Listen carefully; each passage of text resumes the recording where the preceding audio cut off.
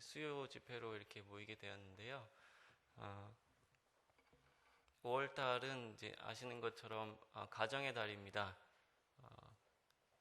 그래서 어린이날은 벌써 지나갔고 어버이날, 스승의 날, 성년의 날, 부부의 날 등 많은 이런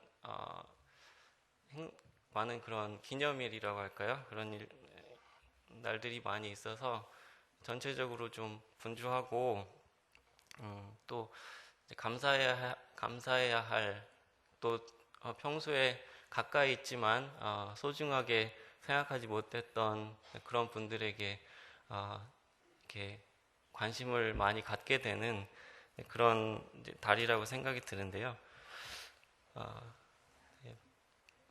가정의 달에 유익한 그런 말씀이 참 많이 있겠습니다.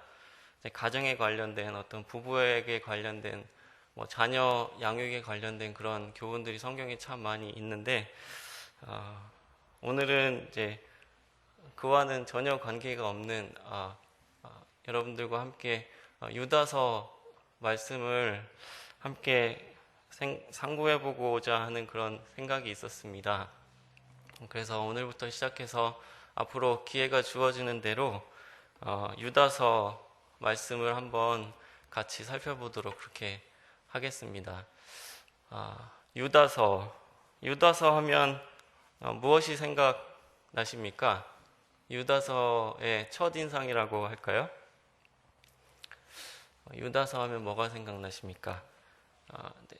유다서, 글쎄요, 신약성경을 이렇게 쭉 놓고 성도님들 대상으로 아마 설문조사를 해보면 어떤 걸 가장 선호하십니까? 이렇게 이제 설문조사를 해보면 아마도 통계가 없어서 말씀드리기 어렵긴 하지만 아마도 요한복음이라든지 에베소서라든지 이런 책들이 상위에 랭크가 되지 않겠습니까? 그죠? 신약 성경 중에서 뭐가 가장 중요하다고 생각하십니까? 그렇게 설문을 드린다고 한다면 글쎄요, 비슷하게 로마서라든지 히브리서라든지 요한계시록이라든지 이런 이제 말씀들이, 이런 성경들이 이제 상위에 랭크 될 것 같습니다. 그런데 유다서는 어떨까요? 제가 장담은 하지 못하겠지만 유다서는 굉장히 후순위에 놓일 가능성이 높은 그런 책이라고 보여집니다. 그렇지 않습니까? 동의하십니까? 네. 왜 그럴까요? 유다서. 일단 첫 번째는 유다서는 굉장히 짧습니다. 그렇죠? 딱 한 장으로 되어 있는 성경이죠. 신약 성경에서 딱 한 장으로 되어 있는 성경이 의외로 많아요. 그죠? 4권이나 됩니다. 4권. 이게 성경 퀴즈를 하면 단골 메뉴로 나오는 문제지 않습니까? 요한 2서, 요한 3서, 빌레몬서, 유다서. 근데 유다서는 그래도 한 장으로 된 성경책 중에서는 가장 길긴 합니다. 그렇지만 어쨌든 짧죠. 여담입니다만 성찬 형제님께서 언젠가 그런 말씀을 하시면서 이제 청중들을 박장대소하게 한 그런 말씀이 있었는데 뭐냐면 본인은 굉장히 단신이라는 걸 본인이 이제 잘 안다고 그렇게 말씀을 하시면서 그래도 박준영, 김종만하고 비교해서는 내가 제일 장신이지 않냐 그렇게 말씀하신 기억이 나는데 어쨌든 유다서도 가장 작은 성경책 중에 한 권으로 볼 수 있기 때문에 그다지 관심을 많이 받지는 못하는 것으로 보입니다. 뿐만 아니라 유다서는 위치적으로도 그다지 좋지가 않아요. 왜 그러냐면은 신약 성경의 거의 막바지에 이르러서 유다서를 만날 수 있거든요. 유다서가 도대체 어디 있습니까? 유다서는 어디 앞에 있습니까? 계시록이 제일 뒤라는 것은 아시기 때문에 최소한 계시록보다는 앞에 있겠죠. 네. 그리고 유다서의 앞에 있는 책은 요한 3서입니다. 그렇죠? 그러니까 요한계시록 바로 앞에 있습니다. 그래서 요한계시록이라는 거대한 어떤 산 아래 숨겨져 있는 작은 집과 같은 그런 취급을 받을 때가 있다는 것이죠. 그래서 보면은 요한 1, 2, 3서는 다 요한이 썼고 요한계시록도 마찬가지로 사도 요한이 썼지 않습니까? 근데 유다서가 중간에 탁 들어가 있어가지고 이 뭔가 여러분들 집에 이렇게 책 정리를 쭉 하다 보시면은 이제 저자 순으로 하실 경우가 많이 있으실 텐데 중간에 다른 저자가 딱 들어가 있으면 뭔가 좀 어정쩡하지 않습니까? 유다서도 그런 위치적으로도 그래서 관심을 많이 못 받고 있지 않나, 뭔가 좀 가려져 있는 느낌이 드는 책입니다. 근데 여러분들이 유다서를 한번 곰곰이 상고해 보시면 유다서 이 짧은 25절 이 주는 임팩트가 굉장히 대단하다라고 하는 것들을 느끼실 수가 있으리라고 생각합니다. 그래서 이번 기회에 유다서 말씀을 함께 살펴볼 수 있었으면 좋겠습니다. 자, 유다서 말씀을 먼저 열어보셔야 되겠죠? 유다서 1절부터 3절까지의 말씀만 살펴보도록 하겠습니다. 말씀드렸다시피 유다서는 계시록 바로 앞에 있는 책입니다. 유다서 1절부터 3절입니다.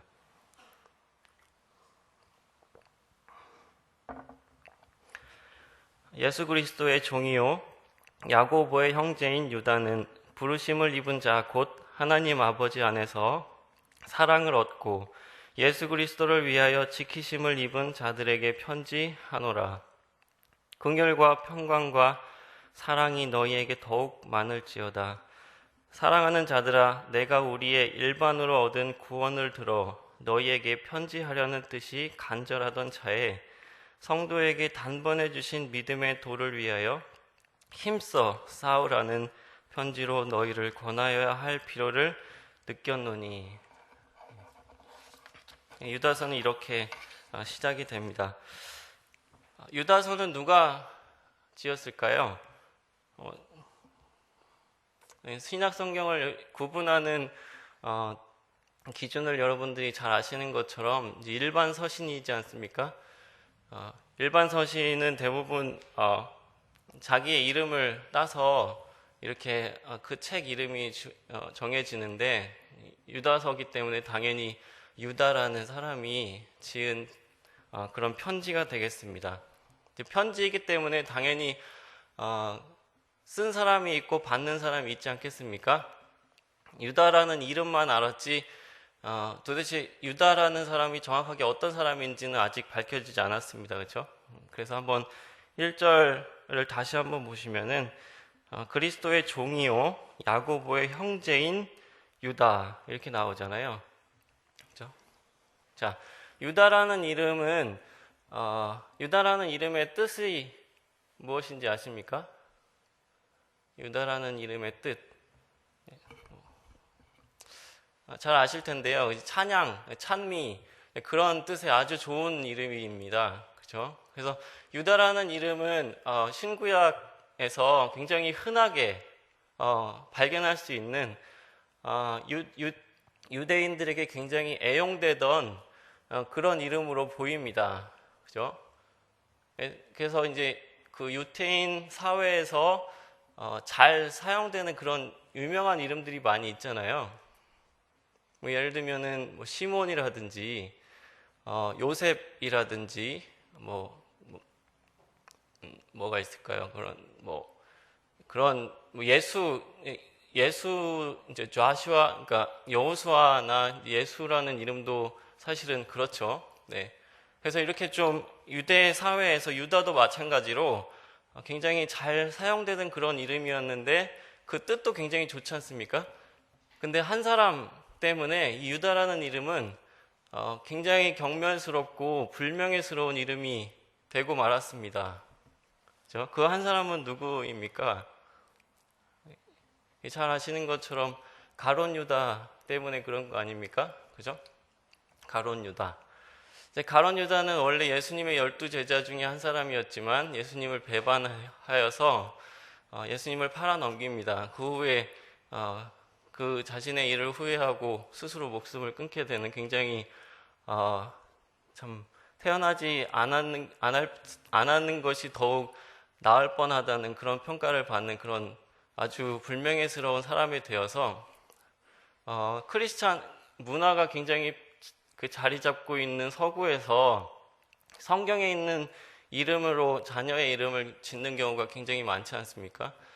근데 이제 이 가룟 유다 이후에 유다라고 자기 자녀를 이름 짓는 거는 아마 한 명도 없지 않을까 하는 생각이 들 정도입니다. 저도 많은 사람을 만나진 못했지만 유다라고 하는 이름을 가진 서양인들은 전혀 발견하지 못했던 것 같습니다.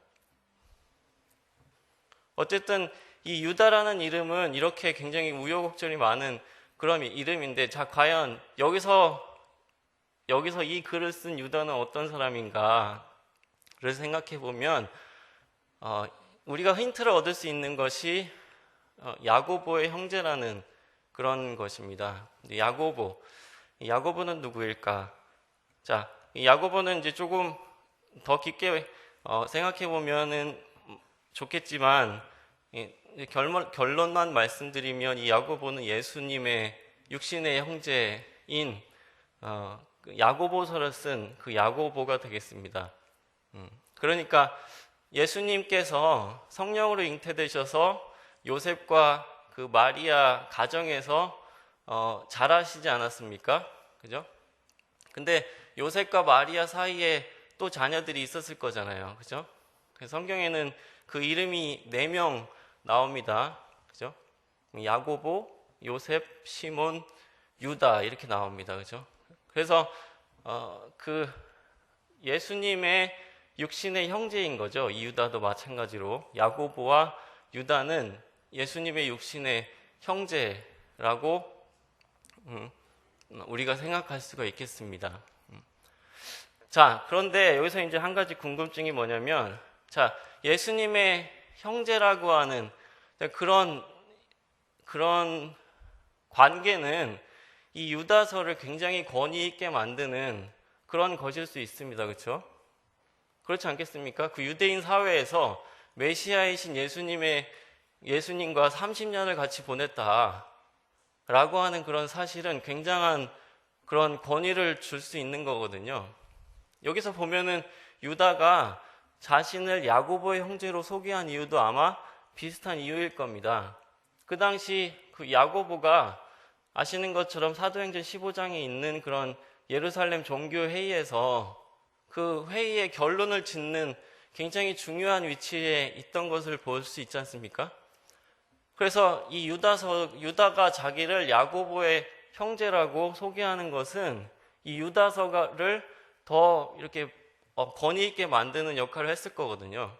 그럼에도 불구하고 유다는 자신을 그 예수님의 형제라고 소개하지는 않고 있다는 겁니다. 근데 더 재밌는 거는 뭐냐면 야고보 아까 말씀드렸다시피 예수님과 육신의 형제 관계인 야고보서를 쓴 그 야고보가 자기를 소개할 때는 어땠을까요? 자신을 예수님의 형제로 소개했을까요? 그러지 않았을까요? 뭐 쉽게 찾아보실 수 있을 거예요. 야고보서를 딱 열어보시면 첫 구절에 그렇게 나옵니다. 예수님을 형제라고 표현하지 않고 종으로 표현하고 있거든요. 마찬가지로 유다도 자신을 예수님의 종이라고 그렇게 표현하고 있습니다. 왜 그랬을까? 라고 하는 걸 좀 살펴볼 필요가 있을 것 같은데요. 정확하게 말씀드릴 수는 없겠지만 성경의 좀 전체적인 맥락을 들어서 좀 살펴보면은 첫 번째 이유는 아마도 이 유다가 생각할 때 자기가 예수님의 육신의 형제라는 사실이 그다지 그렇게 명예스러운 그런 호칭은 아니었을 것입니다. 왜냐하면 여러분도 아시는 것처럼 예수님께서 공생애를 시작하실 때 그 예수님의 형제인 그 사람들은 예수님을 믿었습니까? 믿지 않았습니까? 메시아로 인정했습니까? 안 했습니까? 하지 않았지 않습니까? 그죠? 네, 성경에 보면은 그렇게 나오죠. 형제들도 예수를 믿지 아니하더라. 그죠? 그래서 이 유다, 예수의 형제 중에 한 사람이던 이 유다도 이제 분명히 예수님께서 공생애를 하실 때까지는 최소한 예수님을 인정하지 않았던 사람이라는 거죠. 근데 그 후에 아마도 예수님께서 죽으시고 부활하신 후에 그 후에 예수님을 믿고 구원받고 이제 새로운 삶을 시작하게 되는 것을 보게 되는데 야고보도 마찬가지죠. 그래서 그의 육신의 그런 형제의 관계는 아마 별로 의미가 없는 것입니다. 그에게 있어서 예수님은 주인이신 것이죠. 메시아이신 것입니다. 자신의 형제가 아니라, 그죠? 그런 의미로 자신을 예수님의 종으로 소개하고 있을 거라고 생각이 들고, 두 번째 이유는 뭐냐면, 조금 이따 우리가 살펴보겠지만, 유다서의 전체적인 주제와 연관이 있다고 생각하는데요. 유다서의 전체적인 주제는 바로 무엇이냐면, 배교자들에 대한 경계가 되겠습니다. 배교자들에 대한 경계, 그죠? 자, 그렇다면 이 배교자들, 진리를 떠난 사람들, 진리를 부인하는 그런 사람들과 참 신자를 구분하는 결정적인 그런 기준이 무엇이라고 생각하십니까? 그거는 예수님과의 관계가 아니겠습니까? 그죠? 예수님과 어떤 관계를 가지고 있느냐, 내가 예수님과 정말 주인과 종으로서의 그런 관계를 가지고 있느냐, 아니면 예수님의 이름을 사용하면서 자신을 위한 사역을 하고 있느냐 라고 하는 것이죠. 그렇죠? 그래서 유다는 자신을 분명한 예수님의 진정한 종으로 소개하면서 이 배교자들은, 이 진리를 따르지 않는 이 사람들은 예수님의 종이 아니다 라고 말하고 있는 것이죠. 그렇죠? 자, 예수님께서 말씀하신 게 있죠. 누가 나의 모친이고 나의 형제냐. 그랬을 때 예수님께서 자문 다 답하시지 않습니까? 나의 어떤 육신적인 관계에 있는 그런 사람이 아니라 하나님의 뜻을 순종하는 사람들이 나의 모친이고 형제다. 그죠? 유다도 그런 말씀을 분명히 기억하고 있었을 거라고 생각합니다. 그래서 자신은 이 배교자들을 경계하기 앞서서, 배교자들에 대해서 설명하기 앞서서 자신을 예수님의 종이라고, 진정한 예수님을 따르는 그런 종이라고 소개하고 있다는 것이죠. 자, 그래서 종합해 보면은 이 유다를 경계하고 있다, 그렇게 표현할 수가 있겠습니다. 무슨 말이냐면 예수님의 참 종인 유다가, 그죠? 예수님의 형제였던 그 유다가 이 가룟 유다로 대표되는, 이 세상에서 역사상 대표적인 배교자라고 할 수 있는 이 가룟 유다로 대표되는 배교자들을 경계하고 있는 책이 바로 유다서다, 그렇게 볼 수가 있겠습니다. 그럼 이거는 또 누구에게 보내진 편지냐 하면은 아마도 여기서는 이제 구체적으로 이렇게 나옵니다. 누구에게 편지하냐고 나오냐면 부르심을 입은 자라고 나오죠. 그죠? 그리고 곧 하나님의 아버지 안에서 사랑을 입고 예수 그리스도를 위하여 지키심을 입은 자들에게 편지한다, 이렇게 나옵니다. 그래서 구체적인 어떤 대상은 나오지를 않기 때문에 정확하게 말할 수는 없지만 아마도 그 당시에 있었던 유대인, 그리스도인들에게 편지한 것이 아닌가 생각합니다. 왜냐하면 여기 유다서 안에 굉장히 많은 그런 구약의 예시들이 나오는데 그런 것들을 그런 충분한 설명 없이 언급하고 있는 것을 보게 되거든요. 그렇다는 얘기는 이 독자들이 그런 유다 문화, 그런 유대 문화, 그죠? 그런 구약적인 지식이 어느 정도 있다고 가정했기 때문에 그랬을 거 아니겠습니까? 그죠? 근데 사실 더 중요한 것은 이 유다서가 과연 21세기에 살고 있는 우리들에게는 어떤 의미가 있냐는 것이죠. 21세기 교회들에게 보내진 편지는 아닌가 하는 것입니다. 포스트 모더니즘으로 설명되는 오늘날의 문화, 그죠? 이제 관용, 용인, 타협이 주요 미덕으로 생각되어지는 오늘날과 같은 이런 시대에, 그죠? 단 하나뿐인 진리에 대해서 이야기하면 편협하고 무언가 속 좁은 사람으로, 스마트하지 않은 사람으로 생각되어지는 그런 이 21세기 교회들에게 이 유다서는 굉장히 강한 메시지를 주고 있다고 생각이 드는 것입니다.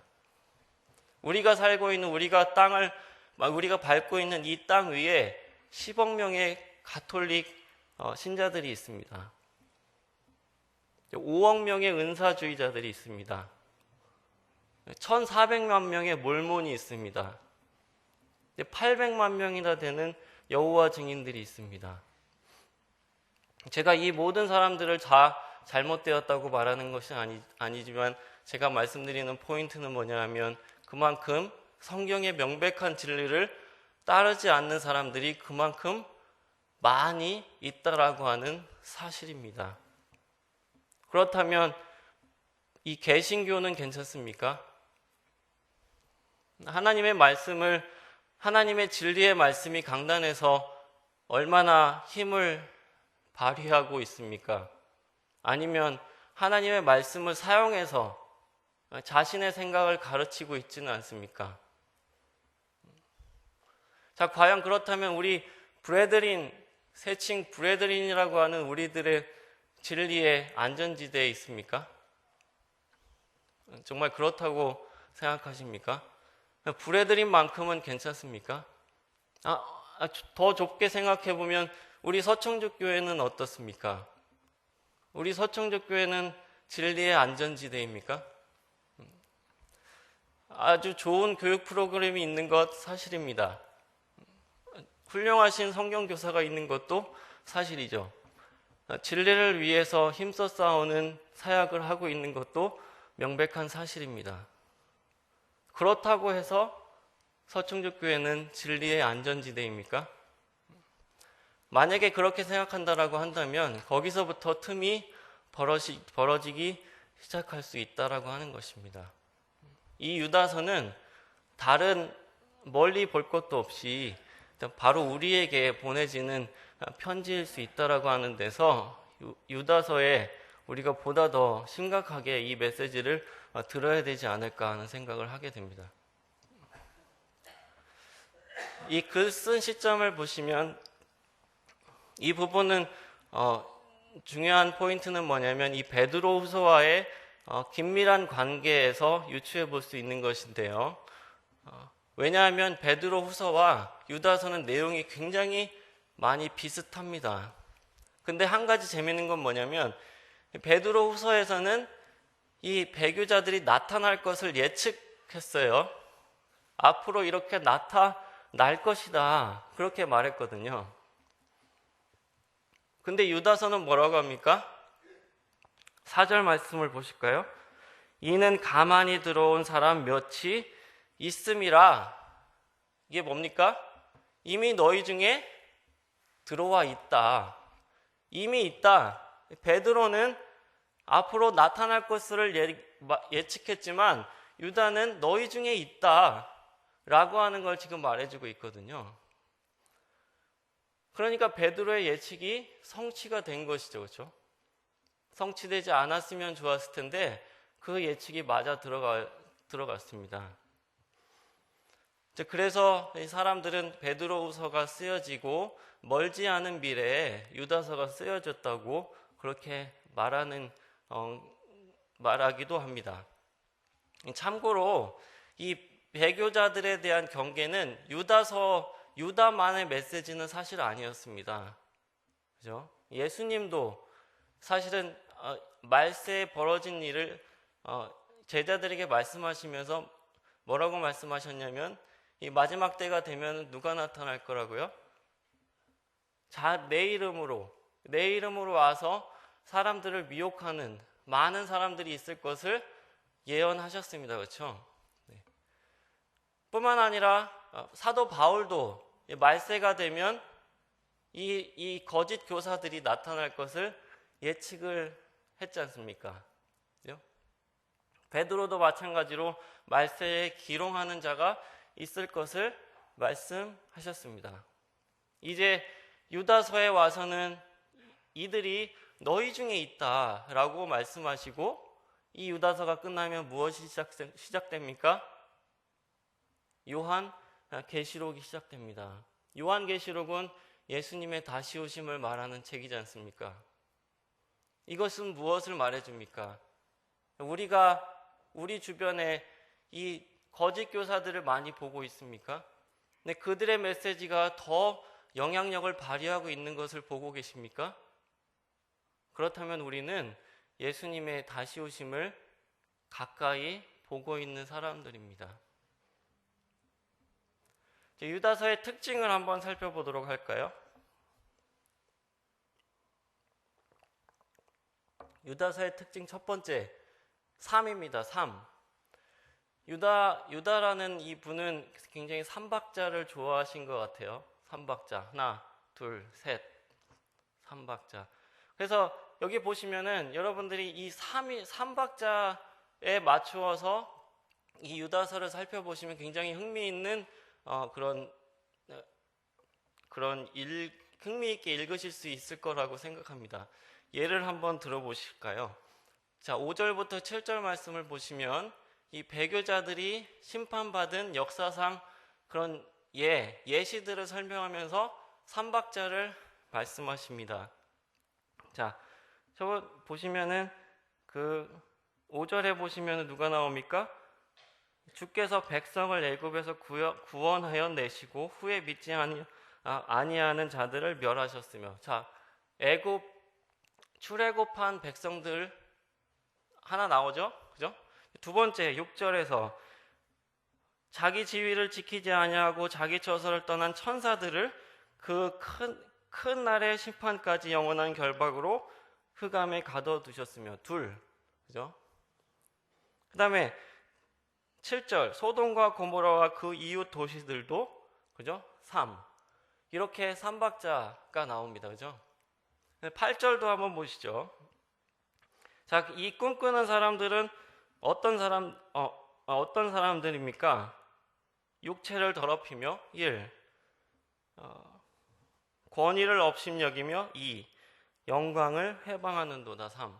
이렇게 나오죠. 그렇죠? 그죠? 11절에도 보시면은 이 배교자들을 표식하는 그런 사람들의 예가 나오는데 뭐라고 나오냐면 이것도 이제 삼박자예요. 가인의 길, 그 다음에 발람의 어그러진 길, 그 다음에 고라의 폐역. 이렇게 3이 나오죠. 그렇죠? 여기 보시면은 굉장히 리듬감 있게 이 성경, 이 편지를 쓰고 있는 것을 굉장히 특징적으로 우리가 발견할 수가 있게 됩니다. 그렇죠? 그 다음에 이제 두 번째 특징은 뭐냐면 굉장히 생생한 그런 비유법들을 사용하고 있는 것을 보게 되거든요. 예를 들면 옛 애찬의 암초다. 그들은 자기 몸만 기르는 목자다. 그죠? 그리고 물 없는 구름이다. 그다음에 열매 없는 가을 나무다. 거품을 뿜는 바다다. 유리하는 별이다. 이 뭔가 좀 영화를 보는 것 같은 그런 느낌이지 않으십니까? 굉장히 생생하죠. 그렇죠? 그 자기의 어떤 메시지를 표현하기 위해서 굉장히 생생한 그런 비유법을 사용하고 있는 것을 보게 되거든요. 자, 이 비유를 왜 사용했을까라고 하는 것을 곰곰이 생각하면서 읽어도 굉장히 좋은 공부가 될 것 같아요. 그렇죠? 예를 들어 맛만 한번 보실까요? 자, 그들은 물 없는 구름이다. 자, 이 하늘을 보니까 캄캄해요. 그래서 사람들은 무엇을 기대합니까? 당연히 비를 기대하겠죠. 그렇죠? 하늘이 캄캄해지고 이 이 습기도 있고 해서 뭔가 비가 올 것 같은데, 그래서 농부들이 비 맞을 준비를 해야 되겠죠, 그렇죠? 물길도 장애물이 없는가 잘 치워놓고 여러 가지 준비를 막 쫙 하고 있는데 어떻게 합니까? 비가 안 오고 그냥 지나가 버려요. 이렇다는 거죠. 이 뭡니까? 이 거짓 교사들은 굉장히 무언가 실체가 있는 것 같거든요. 무언가 그들의 약속은 지켜질 것 같습니다. 그들의 메시지에는 무언가 될 것 같은 그런 게 있다는 거죠. 그런데 그 안에는 아무것도 없다라고 하는 것을 지금 물 없는 구름으로 비유해서 표현하고 있는 것이거든요. 이와 같이 이 유다는 굉장히 자기의 글을 생생하게 그렇게 그림을 보는 것 같이 표현하고 있는 것을 보게 됩니다. 그 다음에 이제 세 번째 특징은 뭐냐면 비정경 문서를 사용했다는 것입니다. 비정경 문서는 무엇입니까? 사실은 비정경 문서란 정경이 아닌, 그죠? 여기 성경 66권이 아닌 그런 문서를 다 비정경 문서라고 볼 수가 있겠죠. 우리가 매일 보는 신문도 비정경 문서이고 소설, 시, 수필 이런 모든 것들이 다 비정경 문서가 되겠습니다. 하지만 여기서 이제 좁은 의미로 여기서 말하는 비정경 문서란 정경주의를 맴돌지만, 그죠? 그래서 사람들이 이것을 정경으로 할까 말까 이렇게 하지만 정경이 아닌 그런 문서들을 말하죠. 그래서 우리는 이것을 외경, 위경으로 구분해서 말하기도 합니다. 그렇죠? 근데 신기하게 이 정경인 유다서에서 이 비정경 문서에서 일부를 따온 것을 보게 되거든요. 자, 한번 예를 들어 보실까요? 14절 말씀을 보시면은, 자, 아담의 7세 손 에녹이 사람들에게 대하여도 예언하여 이르되. 자, 성경에서 에녹이 예언했다는 말씀이 있나요? 에녹이 예언했다는 말씀이 있습니까? 없는 것 같지 않습니까? 그죠? 네, 없는 것 같아요. 9절에도 보시면은 천사장 미가엘이 모세의 시체에 대하여 마귀와 다투어 변론할 때, 아무리 모세 이야기를 살펴봐도 이 모세의 시체에 대해서 천사장 미가엘이 마귀와 다투어 변론했다? 성경에는 이런 이야기가 없습니다. 그래서 이런 사실이 유다서의 정경성을 정경성에 의심을 갖게 하는 그런 빌미를 제공해 주기도 하였습니다. 어떻게 정경이 다른 비정경 문서를 인용할 수가 있는가, 그런 것이죠. 일반적으로 보면은 이 정경은 정경끼리 인용하고 따옴으로써 그 스스로의 정경성을 더 높이게 되는 그런 효과가 있지 않습니까? 그죠? 근데 이제 유다서는 특별하게 비정경 문서를 인용했다라고 하는 것입니다. 근데 여러분들 한번 곰곰이 생각해 보시죠. 자, 이 유다서가 비정경 문서, 이 위경을 인용했다라고 해서 위경 전체의 내용을 동의한다는 뜻입니까? 그런 건 아니잖아요. 그런 건 아니죠, 그렇죠? 자, 우리가 이 복음 전할 때 성경만 사용해서 전하시지는 않잖아요. 우리가 잘 사용하는 저기가 있죠. 그 성철 스님의 열반송이 있습니다. 그렇죠? 우리가 그 성철 스님의 열반송을 인용해서 복음을 전했다고 해서 우리가 불교의 교리를 다 받아들이는 것이 아닌 것처럼, 그죠? 이거 마찬가지 원리잖아요. 그죠? 참고로 사도 바울도 이 디모데후서 3장 8절에 보면은 얀네와 얀브레가 모세를 대적한 것 같이 그런 말씀을 하거든요. 자, 이런 얀네와 얀브레가 모세를 대적했다는 말씀이 성경에 있습니까? 정경에 들어있지 않는 내용이거든요, 사실은. 사실은 그 유대 이 전승에서 따온 그런 지식으로 보입니다. 그렇다고 할지라도 디모데후서를 정경으로 인정하지 않는 것은 아니지 않습니까? 그죠? 그래서 말씀드리는 건 뭐냐면 유다가 이 비정경 문서를 인용했다라고 해서 유다서의 정경성을 훼손하는 것은 절대 아니다라고 하는 것입니다. 자, 이제 가장 중요한 하이라이트인데 이 유다서의 기록 목적은 무엇인가? 자, 어떤 이런 문서, 편지, 글을 읽을 때 가장 중요한 것은 이 글을 왜 썼는가? 그 목적 아니겠습니까? 그죠? 유다가 왜 이 글을 썼을까라고 하는 것이죠.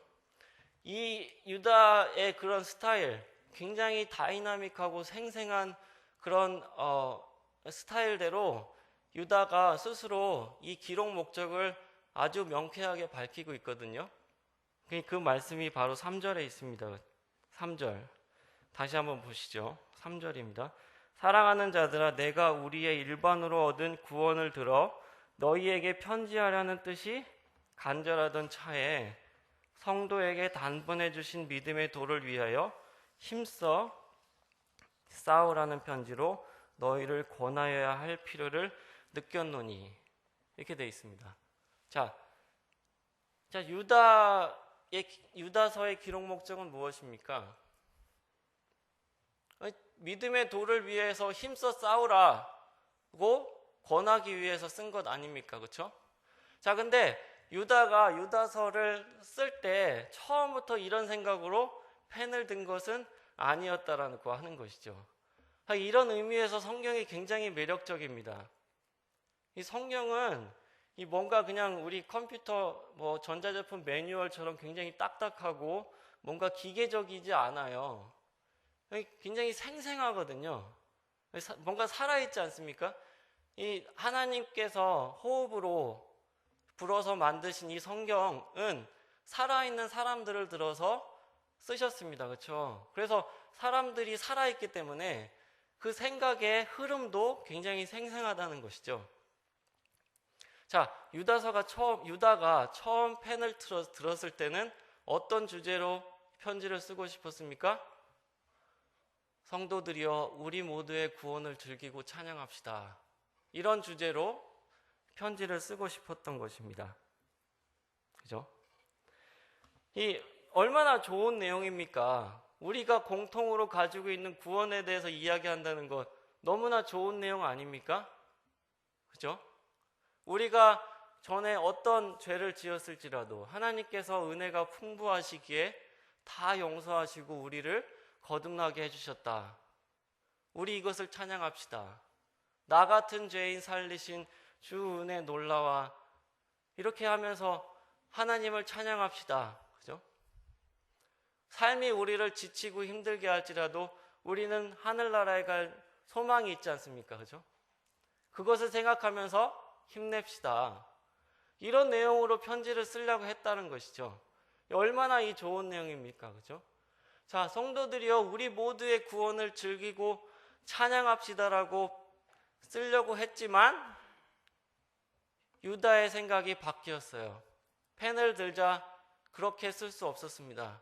왜냐하면 이 편지를 받고 있는 이 사람들이 처해 있는 위치가 너무 위험했기 때문입니다. 이 구원을 즐기고 찬양하는 것도 너무너무 좋지만 더 시급하고 중요한 문제가 있다고 생각했습니다. 그것은 무엇이냐?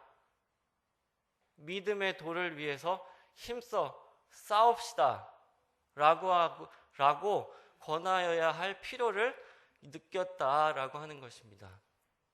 자, 우리도 마찬가지 아닙니까? 우리가 사랑하는 이 자녀들 한번 생각해 보시면 자녀들에게 항상 좋은 말만 하고 싶습니다. 넌 최고야. 난 널 사랑해. 그죠? 너에게 모든 좋은 것을 다 해주고 싶어. 그런 좋은 말만 해주고 싶지만 우리가 해야 할 말이 있는 것 아닙니까? 너는 이 부분은 조금 고쳤으면 좋겠어. 조금 더 열심히 했으면 좋겠어. 그것은 잘못이야. 이런 말을 해야 할 필요가 있지 않습니까? 우리가 우리의 삶 가운데도 말하고 싶은 것이 있고 말해야 하는 것이 있습니다. 유다는 지금 말하고 싶은 그 욕망을 꾹 참고 말해야 하는 것, 듣기에 따라서는 거북할 수 있는 이 말을 지금 하고 있는 것입니다. 이 말은 성숙한 자들의 것일 것입니다. 그죠? 내가 불편하다 할지라도 성숙한 자들은 그 조언의 말을 잘 받아들입니다. 우리가 정말 성숙한 자라면 유다와 같은 이런 해야만 하는 그런 말에 귀를 기울일 필요가 있다고 생각합니다. 자, 싸움에는 정석이 있습니다. 그렇죠? 싸움을 왜 합니까? 싸움은 이기기 위해서 합니다. 그렇죠? 싸움의 정석을 손자라는 사람은 이렇게 표현했지 않습니까? 제가 한번 읽어보죠. 지피지기면 백전불태라. 부지피이지기면 일승일부라. 부지기면 매전필패라. 이렇게죠. 그럼 결국에는 뭡니까? 싸움에서 이기려면 나를 알고 상대방을 알으라 라고 하는 뜻이겠죠. 그죠? 그래서 이 유다서는 나를 아는 것과 상대방을 아는 것으로 나눌 수가 있어요. 나를 아는 것은 무엇입니까? 2절에 우리는 하나님의 부르심을 받은 사람들이다. 사랑하심과 지키심을 받는 사람들이다. 이 부분은 다음 시간에 조금 더 자세하게 살펴보겠습니다. 정리해보면 우리는 하나님 편에 있는 사람들이라는 뜻이겠죠.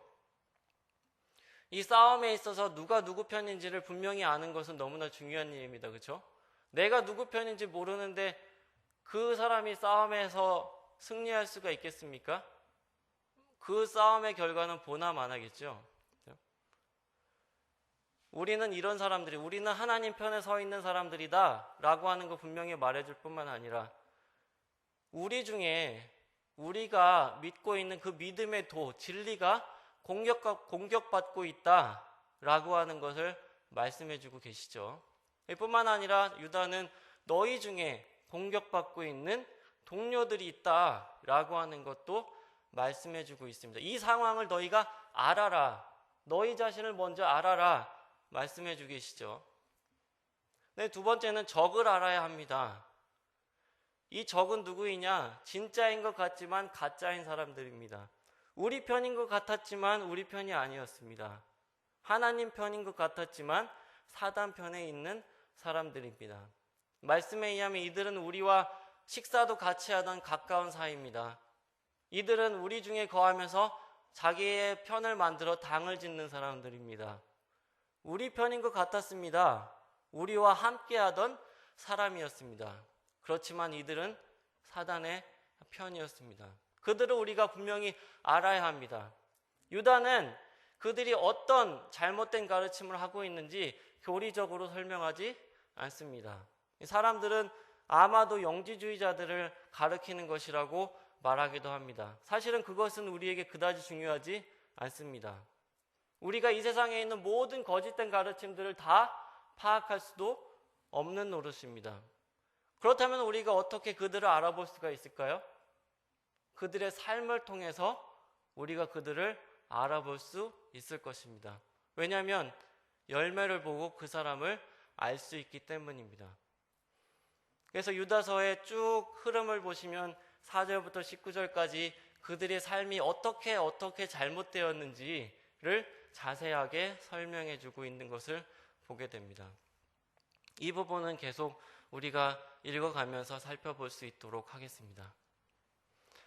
자, 이 사진 굉장히 유명한 사진 아닙니까? 1965년 무하마드 알리가 KO시키는 그런 장면입니다. 여러분들은 이 어떤 사람이 되고 싶으십니까? 여기 누워있는 이 사람이 되고 싶습니까? 아니면 알리와 같은 사람이 되고 싶으십니까? 뭐 물어보나 마나지 않습니까? 자, 우리는 구원받은 사람으로서 모두 하나님을 찬양해야 할 예배자로 부르심을 받았다 라고 하는 것, 우리 모두 다 인정하고 계시죠? 그죠? 그리고 비교적 잘 수행하고 있다고 생각합니다. 하지만 우리는 진리의 수호자, 진리를 위해 싸워야 할 파이터로 부르심을 받았다는 사실은 어떻습니까? 인정하고 계십니까? 이 유다서를 통해서 하나님께서 우리에게 이런 질문을 하고 계신다고 생각합니다. 뭐라고 대답하시겠습니까? 이 마지막으로 우리가 유다서를 이제 조금 더 살펴보기에 앞서서 이 마지막으로 저와 함께 이것을 한번 외쳐보시죠. 나는 파이터다. 자, 이렇게 해서 적이 두려워하겠습니까?